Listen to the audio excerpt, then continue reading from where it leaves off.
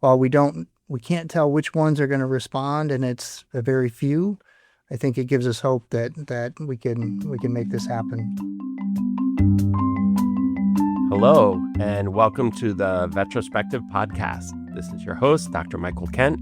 I'm a radiation oncologist at the UC Davis School of Veterinary Medicine, an animal lover, and like I said, your host. On today's episode, we're going to be talking about osteosarcoma.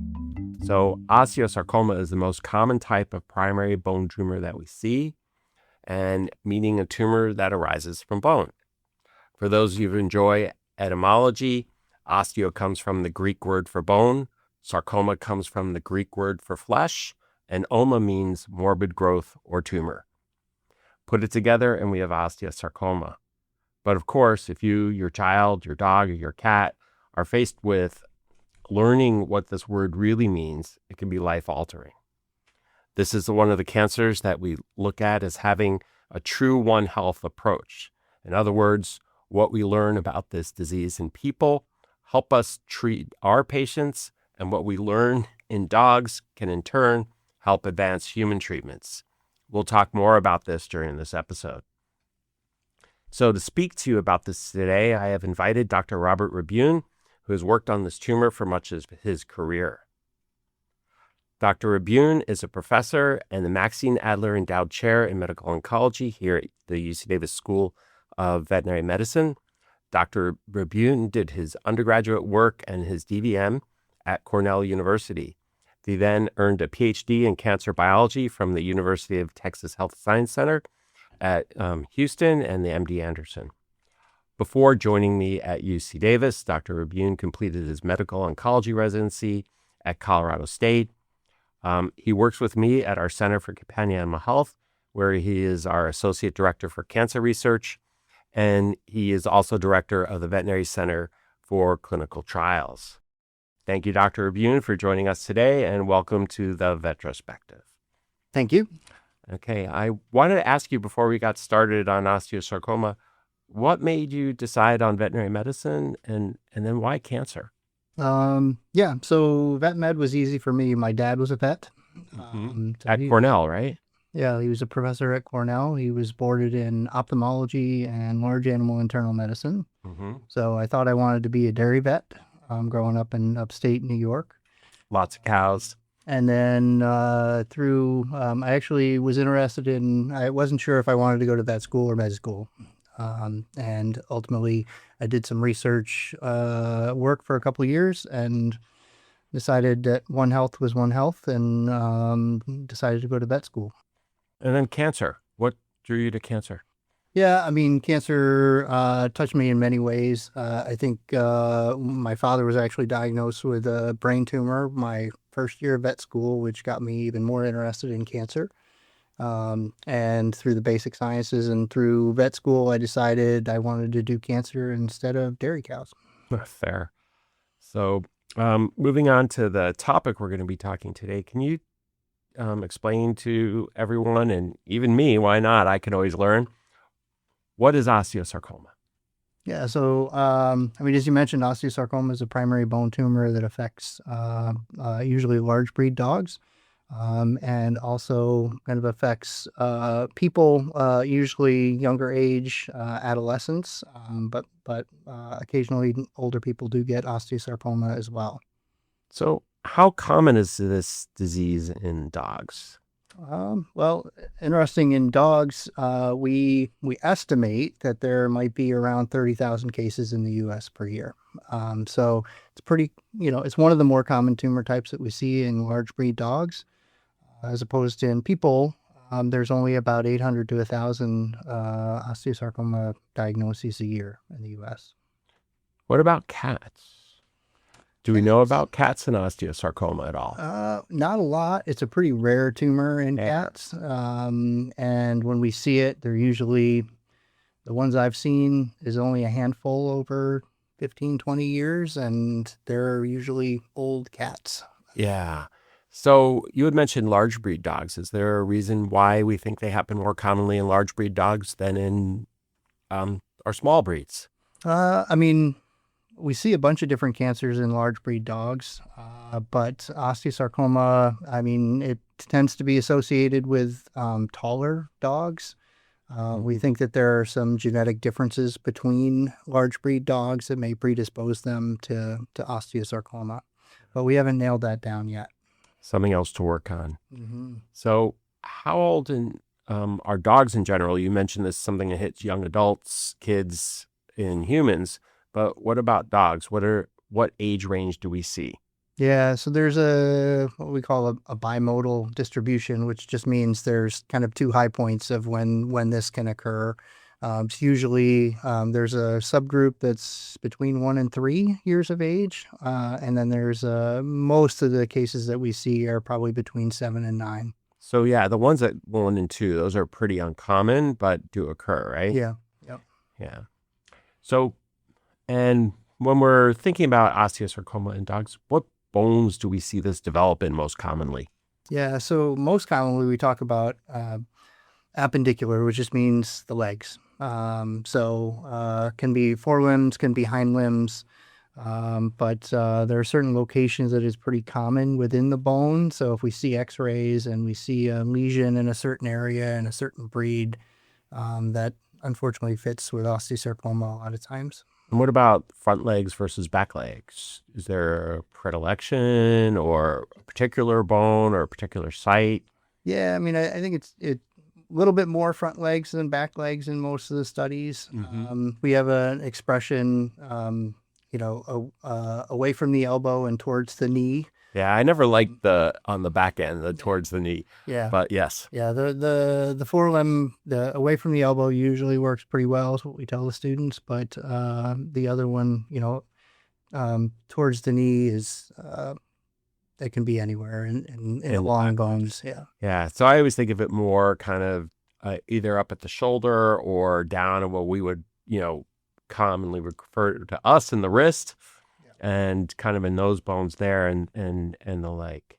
Yeah. So do we know what causes this disease at all? What causes osteosarcoma? No. Again, I mean, we're looking at, a variety of groups are looking at genetics. There's certainly a breed predisposition that we see in certain large breed dogs, even more than other large breed dogs. And really the only other thing that has been known to be associated with it, sometimes surgery implants, like TPLO, if they get their cruciates fixed surgically and put in implants, sometimes they've been associated with osteosarcoma. But it's really hard to nail that down as well. Yeah, it's hard to prove, right? Because if you have a lot of dogs getting this particular type of surgery, were they going to develop it anyway? Yeah. And I said, the predilection seems to be towards the knee, and that's where the implants are for knee surgery. Yeah. So it's hard to say.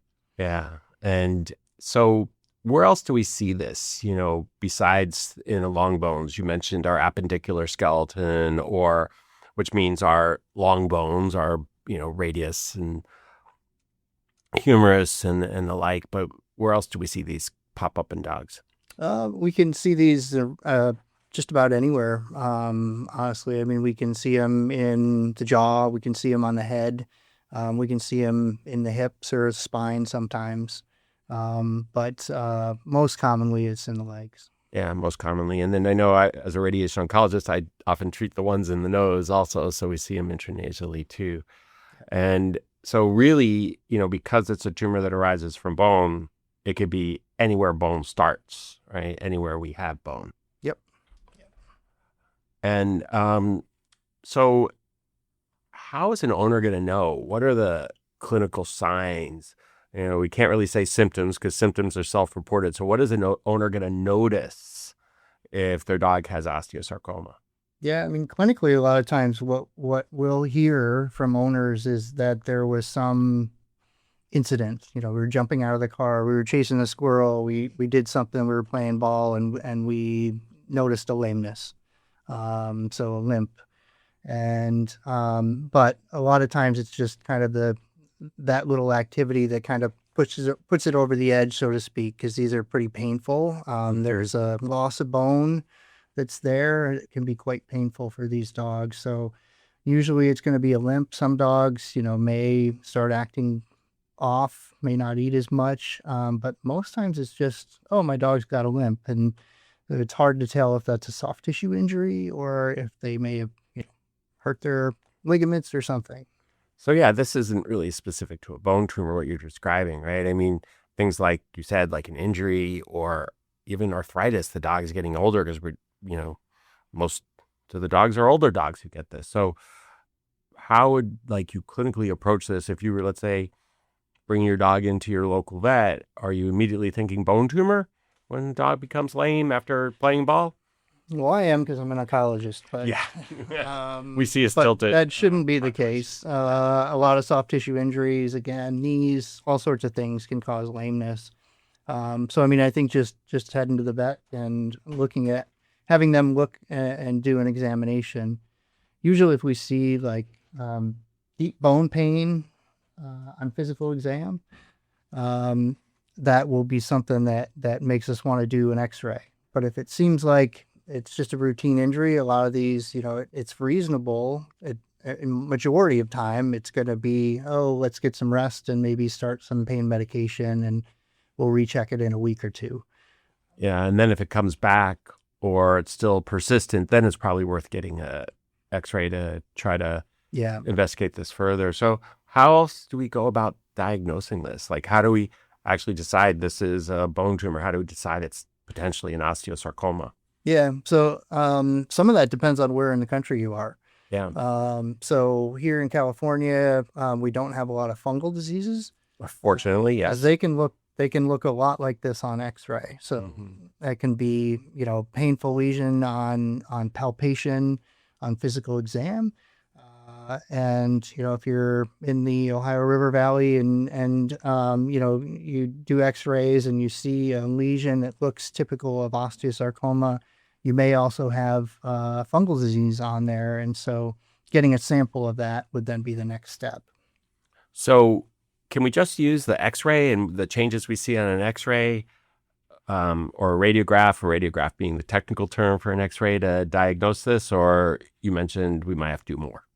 Yeah, I mean, depends on where you are, but I mean, a typical x-ray here, we may be about 90%, but it's not 100%. And again, that's if it's a typical location, typical breed, typical everything, we can be pretty confident on an x-ray, but it's always best to try and get a sample to confirm that. Yeah. So if we're looking at x-ray and we see this destructive and even productive type lesion on the x-ray, and I know this is audio, so can't really show you a picture or one, but they're pretty striking, right?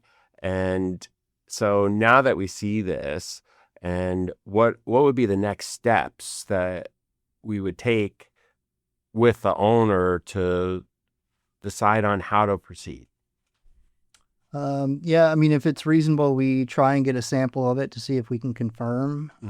Sometimes we can confirm tumor versus infection. That may be as far as we go, but once we know it's a tumor in the bone, then we know to address the pain and to address the tumor itself, then we're probably heading towards surgery. And so once we kind of know that, we'll do what we call staging, is just searching everywhere else in the body to make sure it hasn't already spread somewhere. So staging is kind of assessing the tumor locally and then seeing where it may have spread or may not have spread, at least to a best ability we have, right? Yeah. So how do we go about staging it? What are the tests we use for that? And where are we looking? Where is it most commonly spread? Yeah, I mean, everything, it depends on the dog and the client and the situation, but most times we're concerned that it's going to spread to the lungs or other bones. It doesn't spread very commonly through the lymphatics. So if we're looking at the lungs, we can do x-rays. We can also do CT scan. And if we're looking at other bones, I mean, we want to do a good physical exam, see if we can pick up any pain anywhere else. If we do suspect some pain somewhere else, then we can do x-rays of that area or a CT scan or a few other tests. But those are the ones we usually use. Okay. And so let's say we have to advise an owner if we're going to do an x-ray or a CT scan to look for the lungs. What's kind of the advantages of each, or why would you choose one over the other? Yeah, I mean, our standard is usually X-rays. Dogs may sit still for X-rays, or they may need a light sedation or something like that. CT scans are great. You can see smaller lesions on them, so they're more sensitive. The problem in dogs, we don't have a long history of doing CT scans for chest, and so when we see little things, even if we see what we're convinced are small growths in there, we're not really sure what that means long term for the dogs. So they may or may not be the tumor. They could be even just like an old infection, like what we might call a granuloma or something, right? Yeah. Yeah. So they're very sensitive. They're not as specific. Got it. So sensitive meaning we can find lesions more, but specific meaning we don't know if that's tumor or is that something else? Yeah, in some cases. And we know if we take X-rays and we see a tumor there, or what looks like growths, that's a pretty poor prognosis, and it's going to guide potentially what we decide to do. So how often have they already spread by the time a dog's diagnosed with this, or that we have a high suspicion? The number that we say here or anywhere in academia is about 10%. I think there may be a higher percentage out there in the real world, with general practitioners that take films and then take X-rays. If they already have spread to the lungs, they may not choose to come see us because the prognosis is poor. So how do we go about treating this? We have dog who presents for lameness. The local vet maybe is put them on a non-steroidal anti-inflammatory drug for a little while. They rest them, doesn't get better, so they take an X-ray and they're suspicious. They send them to us. So how do we talk to owners? What are our options for treating it? Yeah, I mean, the biggest problem with osteosarcoma, I mean, we like to get a diagnosis, so oftentimes we will try and do fine needle aspirate under ultrasound guidance. That's where we put a needle into the tumor and try to get cells out, right? Exactly, yeah.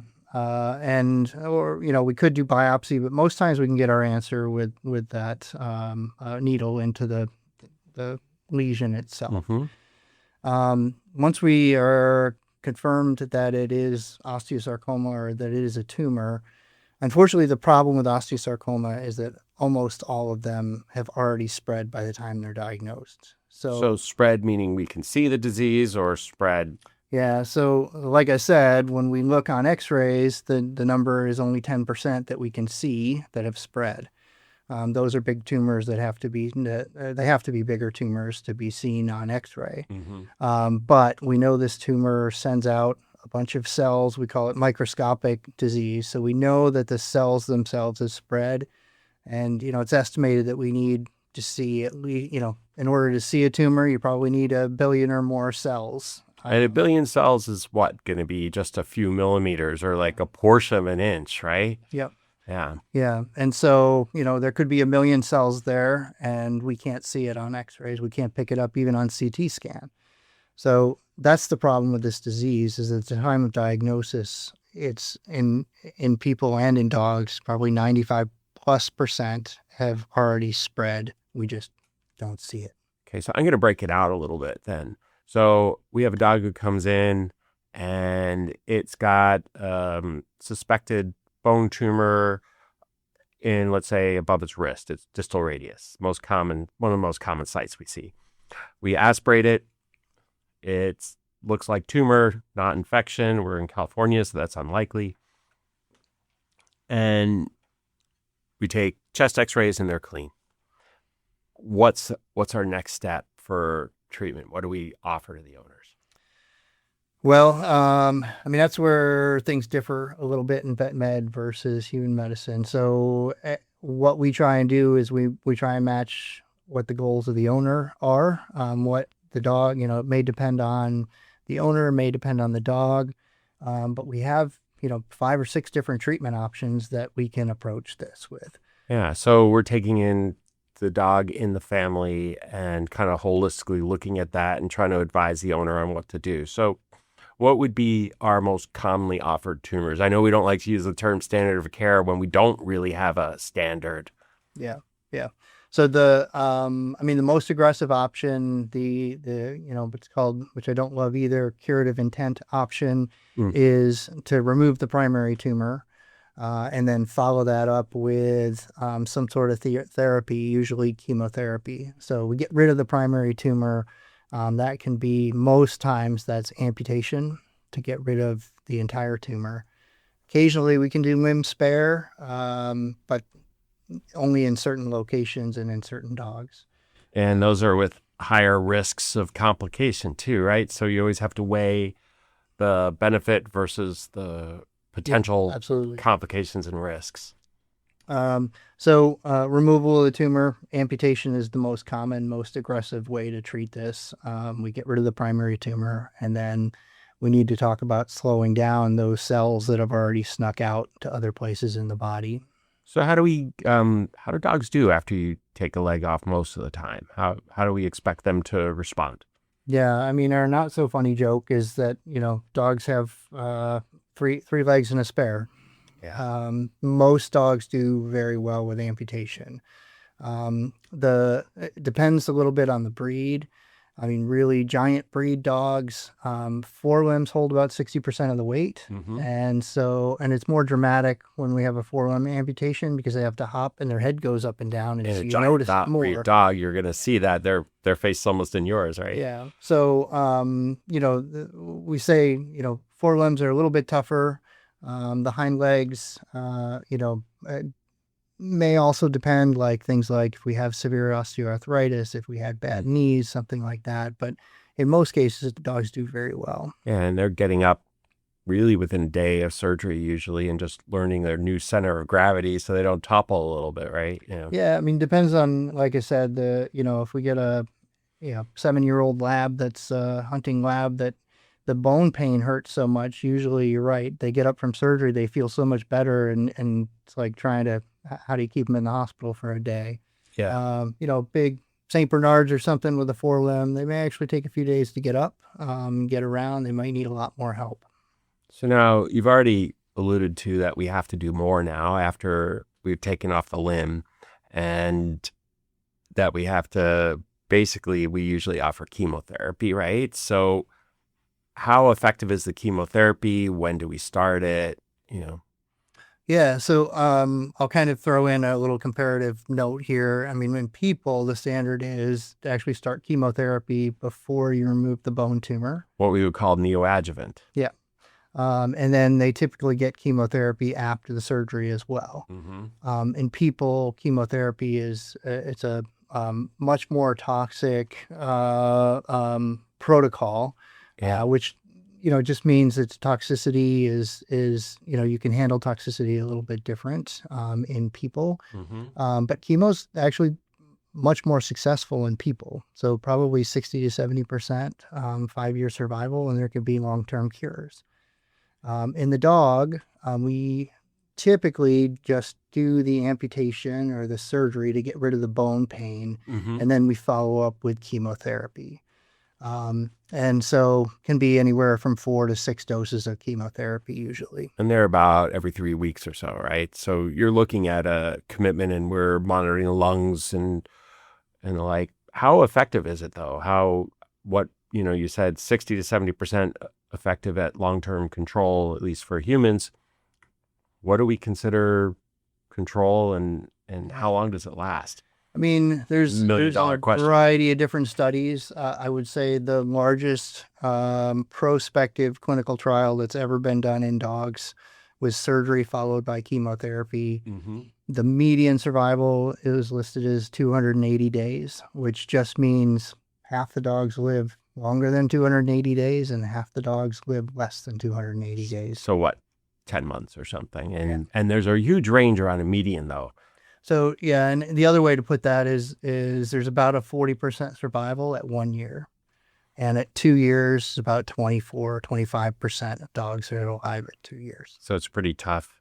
So what can we do then if, let's say a dog comes to us and they already have lung mets or a spread to the lungs, using vernacular, or if they've gone through chemotherapy and it's in the lungs, do we have really effective treatments for that? No, I mean, that's something that researchers have been working on for now 40 plus years, human and dog. Once it's spread to the lungs, there's not a lot that has been shown to work. So you already alluded to a little bit of this disease in people, and it's not as common. 800, 1,000, young adults, kids get this a year, and 30,000, and I've seen numbers even saying higher sometimes in dogs in the U.S. getting this a year. How similar are they to each other? How similar is the disease in us, people, versus disease in dogs? Yeah, I mean, it is one of the cancers that we see that is quite similar. So we talked about the age differences a little bit, but if you look at these under a microscope, they're almost indistinguishable. If you look at them molecularly and genetically, they have a lot of similarities. Certain genes are upregulated and downregulated. There's a lot of similarity. And then clinically, like we mentioned, usually happens in the legs or the arms, and it usually spreads to the same places in both species. So really similar. Are there big differences besides the age distribution that we see? Between people, where it's younger people and older dogs most of the time? Are there other major differences that we've found at this point? I can't really think of any, but maybe you can. Not offhand. That's why I was asking you. But so what we're saying in a sense is what we learn in people, we can apply to our patients, and what we learn in dogs, we can hopefully apply to people, largely young adults. So this is actually a really good tumor to study in humans and in dogs then. Yeah. I mean, I think, we talked a little bit about the variety of treatment options that we can do with dogs. So I mentioned the most aggressive way, amputation followed by chemotherapy. But sometimes, if you've got an old dog or maybe a dog that already has severe osteoarthritis or something, we do have palliative options as well. Yeah, and I do some of those. So yes, you do. Yes. So do you want to run through those for people? I mean, we talk about amputation alone just to relieve the pain. Like dogs may actually come in with a fracture where this bone is weakened, and they're so painful. We, unfortunately, the options are euthanasia or we remove the leg. Right then, yeah. And so some owners may just want to get a few more months and not want to do chemotherapy for their dog. Maybe they have somebody at home that's pregnant or trying to get pregnant, and the secondary chemo exposure might be a concern for them. Maybe the dog, like I said, has got bad osteoarthritis or other, orthopedic disease, and we just want to palliate. So we can talk about palliative radiation. We come see you and give them radiation. Almost all of these dogs we're going to be putting on pain medication. In addition, even to the radiation, I know we tell people we can usually get somewhere in 3 to 6 month kind of range of decent pain control. Yeah. At least about 75% of dogs we treat begin to control it. I think that's the goal. With palliative, we're looking at 3 to 6 months, like you said. Radiation works great. Some other medications may be helpful, but there are, most cases, options to palliate if they don't want to be aggressive. So I wanted to bring us back to talking a little bit about people. In a sense, you've talked about how we've maximized the dose of chemotherapy, and despite the toxicity. And in dogs, we use chemotherapy, and we've also kind of maxed out what we feel is acceptable, even though we dose a little bit lighter, and we still fail. And we fail 60 to 70%. If it's your kid, it's not where we want to be. That's heartbreaking. And so where do we go from here? How do we move this forward? Yeah, I mean, that's where opinion comes in, but of course, that's what I want. Where we sit right now, I mean, I think in people, like you mentioned, they've maxed out chemotherapy. They've tried even more aggressive protocols, and it doesn't seem to add anything. Once it's spread to the lungs, chemotherapy doesn't seem to do much. No, it's too much disease, right? And it's maybe resistant because you've already seen the chemo, and the tumor in an evil Darwinian way has figured out how to get around it. Yeah.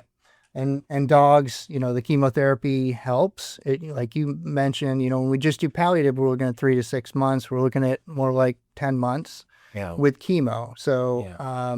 but again, there are a subset, 25% alive at 2 years, that do respond to chemo. Yeah. So for So me, worth doing. yeah. So for us anyway, I think, their chemo does work. It works in a subset of dogs. Wouldn't it be great if we could know which dogs that it actually worked for, which dogs the tumor doesn't respond to chemotherapy? Because we have some fail early, even at a couple months, right? Yeah, actually about a third of dogs fail right when, before they, or right at the time when they finish chemotherapy. And this is kind of new, this research you've been working on, I know. Yeah. Yeah. We've been doing it for a couple of years. So how do we move it forward? I'm going to throw out the word immunotherapy to you and ask you to kind of talk about that, because I know that's something you've been working on. We've been working on together also. Yeah. Yeah. I mean, I will add that in addition to chemotherapy, there's other approaches, receptor tyrosine kinases, targeted, personalized therapies that for other cancers have worked great. They haven't done much for osteosarcoma. Yeah, because I mean, even some of the targeted therapies I have, I know if we give in the face of gross disease, i.e. we see lung spread already, lung masses or lung mets, it doesn't do anything. Yeah. Yeah. So how do we do better? Well, immunotherapy's also been kind of a swing and a miss on osteosarcoma on the human side. There have been trials looking at checkpoint inhibitors, which have revolutionized cancer treatment in people. So for those of you who want to learn more about checkpoint inhibitors, we have an episode with Dr. Rachel Brady talking about immunotherapy. But briefly, a checkpoint inhibitor is something to try to reactivate the immune system, reactivate our T cells so they're able to recognize and attack a tumor. Sorry to interrupt, but yeah, they haven't really, for sarcomas and osteosarcoma in particular, they haven't really been shown to be a benefit. So how do we move this forward? Because these are what we sometimes refer to as immunologically cold tumors, i.e. the immune system can't find them, as opposed to, let's say, a melanoma, which has lots of changes on it and causes an inflammatory response. Checkpoint inhibitors have worked well on their own there. What do we try to do with osteo now? How do we tackle this? I think there's excitement over immunotherapy and the approach to immunotherapy. We just haven't found the right one yet. And so, as you mentioned, yes, these are considered colder tumors. The immune system isn't recognizing them, but there may still be ways to get the immune system to recognize them. So it may just be a tougher ask. We've got to figure out a way for the immune system not only to recognize them, but then release the brakes and make sure that they're attacking these tumors. So combination therapies. I always like to think radioimmunotherapy is going to be the key, but we will see, right? So another kind of question I have is, how do you find this earlier? Like, we find this pretty late in disease. Is there anything that we can think of or anything we can do to maybe try to diagnose this earlier? It's really hard, honestly. Yeah. I mean, sure, if you've got a giant breed dog and it has a limp, you can rush in and take x-rays. The problem is, if you catch it super early, we may not be able to see it on x-rays yet. Yeah, this is a tough one. And so maybe down the road we'll have more molecular tests or can find gene signatures, but we just haven't been able to do that as of yet, huh? Yeah, I mean, there are several groups that are working on blood tests to try and pick up, what they call liquid biopsies that may be able to pick up circulating DNA released from the tumor, but it's not ready for prime time yet. Stay tuned. All right. Well, anything I should have asked you? Anything I forgot to ask? Before I wrap up here, I want to just make sure if there's something we should talk about. No, I mean, I will say that I wanted to add with the immunotherapies that there are several studies in people and in dogs that look like, even though they're cold tumors, that there may be an immune response. And so there are certainly cases where we've seen things like, for example, when patients get an infection post-operatively, both in people and in dogs, it's been reported that they have a better outcome. So stimulating the immune system in this tumor, and we've seen in clinical trials, I mean, we're trying immunotherapy here for metastatic tumors that are in the lungs, and we've seen some responses to immunotherapy. So I think it gives us, while we can't tell which ones are going to respond, and it's a very few, I think it gives us hope that we can make this happen. Hope, and we have to figure out how to make more of them respond. Yeah. So I really appreciate you coming here today to speak with me on the Vetrospective. So thank you, Dr. Rebhun. Thank you. The Vetrospective, as with life, takes a village. I want to thank those who suggested I start this project and everyone who has encouraged and supported me along the way. Particularly, I want to thank our producer and director, Danae Blythe-Unti, Nancy Bay, who is our program coordinator, our sound mixer, Andy Cowett, and theme music was composed and produced by Tim Gehagen. Thank you all, and we'll see you next time.